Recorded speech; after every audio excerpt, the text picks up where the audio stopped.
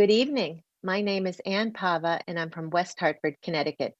It is my pleasure to welcome you to this important discussion of national policy with two distinguished governors, Governor Hutchinson of Arkansas and Governor Whitmer of Michigan. We are experiencing a time when this country feels more divided than ever, and we are so grateful to have the opportunity to host a bipartisan discussion with two governors who hail from two diverse states, from opposite sides of the aisle, and two governors who are great friends to the Jewish community. As my friend and mentor, Rabbi Yitz Greenberg, teaches us, all human beings are created b'tselem Elohim, in the image of God. With this lesson in mind, we understand that we must stand up for civility and respect each other, no matter who wins the election. And now, let us dive into some questions that our community would love to hear about. Our first round of questions are on COVID. Here's the first question. COVID-19 has put tremendous strains on our economy, our health systems, and our families.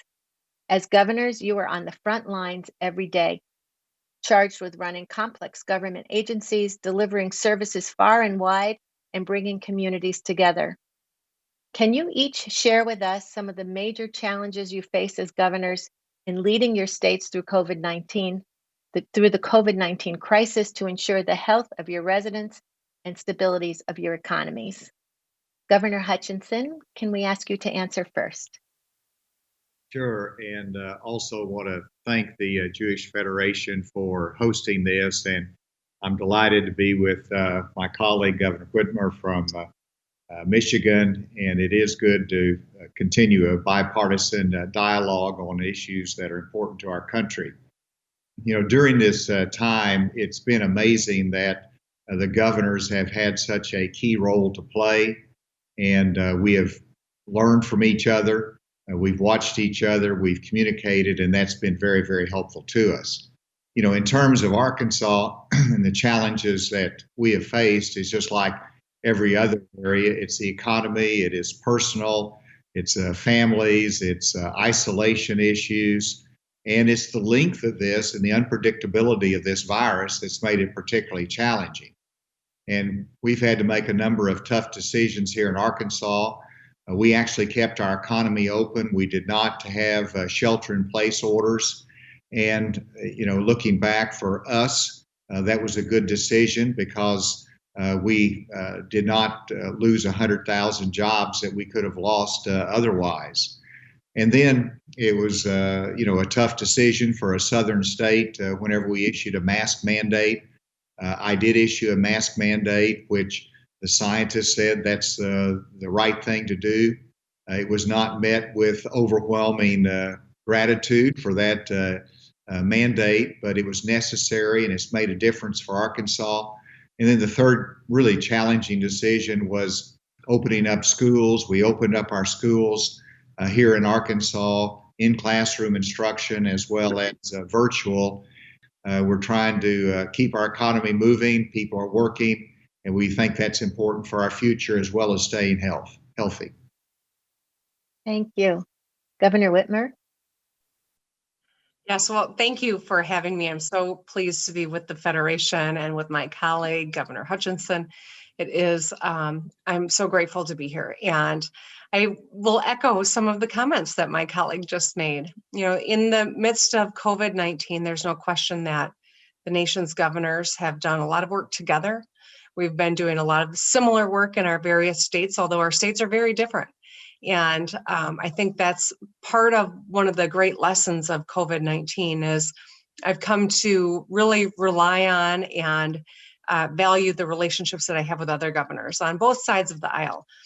Some of the toughest decisions that we've had to make to save lives have been informed not just by the best scientists within our states, but by sharing information with our colleagues, whether it's Mike DeWine, my neighbor to the south in Ohio, or J.B. Pritzker in the other direction, but also south in Illinois, Democrat and Republican DeWine. You know, it's been something that I have found to be really critical so that we're really focused on solving problems.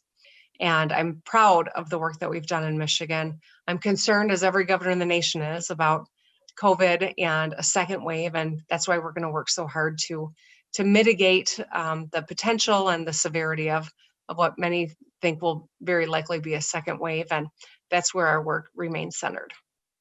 You both certainly have your hands full, and we are so grateful. And I'm sure the people of your states are incredibly grateful. I'm going to switch topics. As you both know, support for Israel really drives our Federation community. Governor Whitmer, you were in Israel last year to participate in a conference on water technology and environmental controls.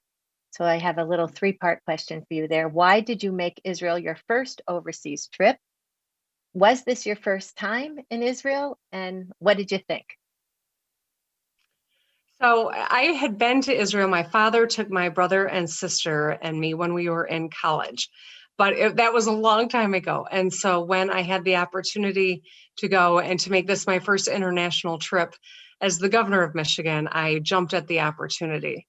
It was my first international trip, of course, and I did not know it would be my last for a while because of COVID. But I'm so glad that we took it. The first week was focused on the water conference and signing memorandums of understanding in the mobility space, getting to see so many different parts of the Israeli economy and innovation that is happening. And also after that first week, my family joined me. And so we were actually there for about 12 days total. And it really was an incredible opportunity. Thank you.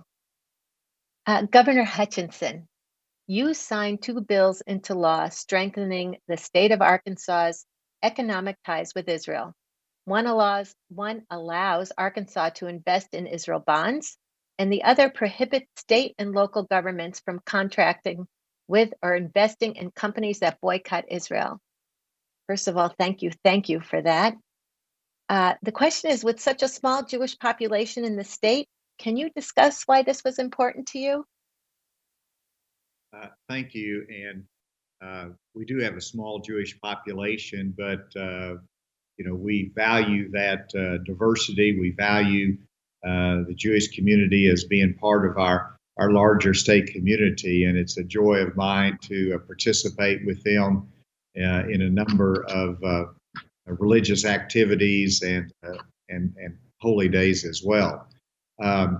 In terms of the legislation, that was generated by those that love Israel and respect Israel as a nation, and I was happy to sign it into law. And the reason for it is that, to say you can boycott Israel, that's just wrong.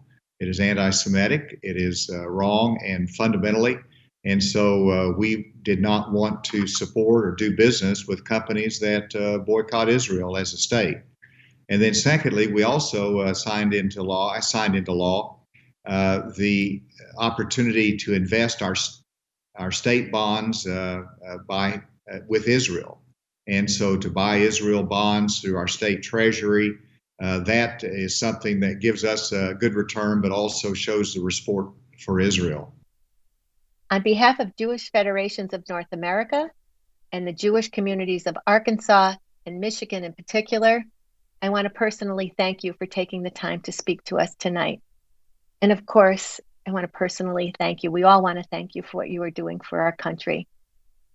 And to everyone who is participating in this year's General Assembly, I hope you enjoy the rest of our virtual gathering, and please don't forget to vote. Also, please continue to join us for important public policy engagement like the National Mission to Washington, D.C., that we hope will take place next year. Thank you.